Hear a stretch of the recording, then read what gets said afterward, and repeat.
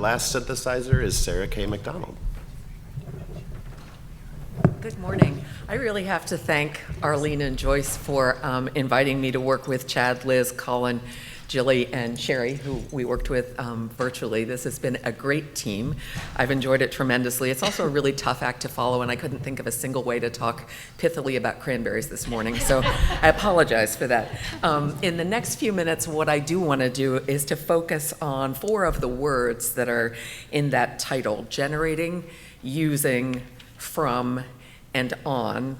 But first, like the rest of my colleagues, I really want to underscore the important caveat that's noted here, that these are some initial observations.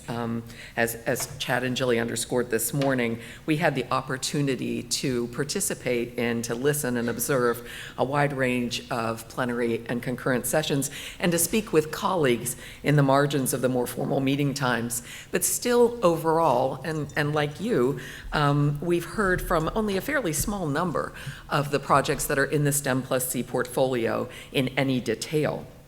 So when we were talking yesterday, I think we all agreed that we need to be really careful not to over-extrapolate, and hopefully some of the remarks that we've offered this morning and some of what I say in our terms of our personal sense-making, you can think about as more of presenting sort of a heat map or areas of enthusiasm and energy around topics that we identified. But what's really important is understanding whether those resonate with you.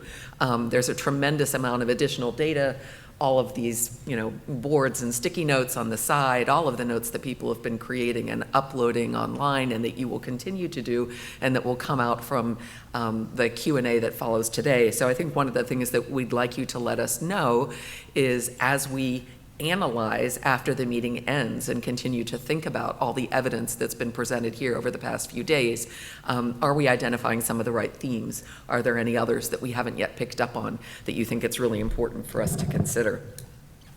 So in thinking about generating evidence from STEM+C, one of the things that's really clear, I mentioned that part of my work in EHR has to do with an evaluation and monitoring group, so I'm always thinking about evidence and therefore data and models. That the projects that were discussed here employ a wide range of study designs, pre-post, comparison control groups, sometimes RCTs, a wide range of data, methods for collecting data, instruments, and metrics.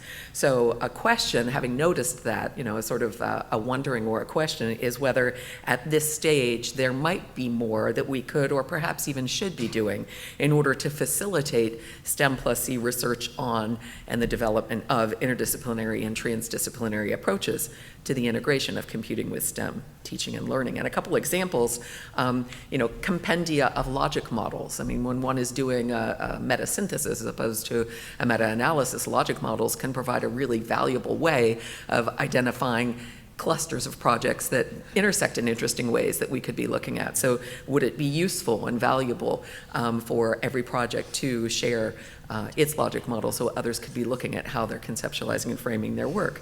Common definitions, that's something that Liz spoke about this morning. Would it be valuable and useful if we had a compendia of the different definitions that are currently being employed and operationalizations of things like computational thinking?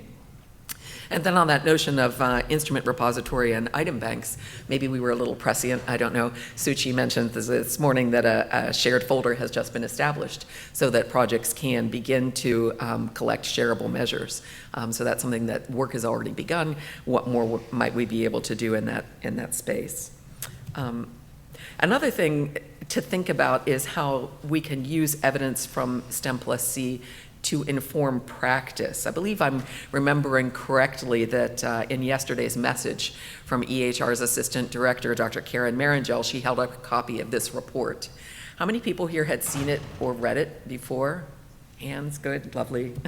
So that's the federal 5-year strategic plan for STEM education. And one of the things, if you haven't read it, you might want to, it's a fairly quick read, you might want to look at 3 pages in particular. I can barely read. Can I look at it? It's up there? Probably not. 25 through 26, it's something like that. 3 pages of the report that deals specifically with computational literacy and kind of circled in red. You can't read it clearly, but it's something that I would maybe draw your attention to consider is what the report says about the importance of supporting research and critically disseminating best practices on effective methods for teaching computational thinking and computer science, the importance of identifying and sharing education practices and curriculum materials that are effective at developing computational thinking. So the work of STEM plus C seems to be quite clearly in alignment with some of those goals. And then in thinking about using evidence from STEM plus C to inform practice, there were some questions that emerged listening to the conversations about what we're learning about effective strategies for disseminating best practices, for sharing educational practices and curriculum materials, for extending the impact that STEM plus C learning has for individual learners, teachers, families, communities, school states, and regions. I mentioned meta-analysis, and one question is, the program is only 5 years old, but it is 5 years old. So we've now reached a point in time where STEM plus C is ripe to call for metasyntheses of the knowledge that's being generated and being accumulated across the projects. Something else that I think I would be remiss if I didn't mention, it came up maybe in a couple sessions. Here's another quick read. Don't know how many of you have seen this. This is companion guidelines on replication and reproducibility in education research. It's a companion to the common guidelines on STEM education research that NSF and IES jointly issued in 2013. This is a document that was published in November of last year, again, jointly by NSF and IES. And it looks at the importance of facilitating replication and reproducibility. So a question is, in order to inform our understanding of consequences and insights from STEM plus C, is there anything more that can or should be done at a project or a program level to support investigators in designing and in conducting studies specifically with replication and reproducibility in mind?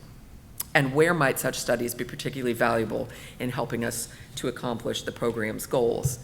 Which brings us to the program and brings us to the on, okay?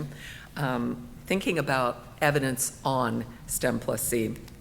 Reflecting on yesterday's challenges to success session, and it's something that I think Colin noted in his remarks this morning as well, we see that a lot of the problems, or maybe, if you put a more positive spin on it, the opportunities to enhance our work, they're not unique to CT and STEM, to the STEM plus C program. They're simply recurring problems of practice, or they're more general issues that are encountered in conducting robust educational research.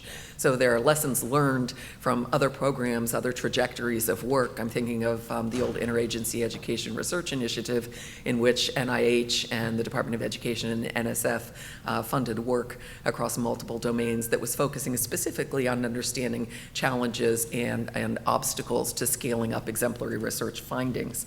So in thinking about the program holistically, what progress has been made to date towards achieving the goals of the program? How might that progress be accelerated, and how might understanding of that progress be enhanced? Those are issues that I would encourage you to think about in the conversation that comes next, to note with your conversations with your cognizant program officers, maybe catching Arlene before the end of the meeting and people need to go home today. But thank you very much for the opportunity to listen and learn more about STEM plus C.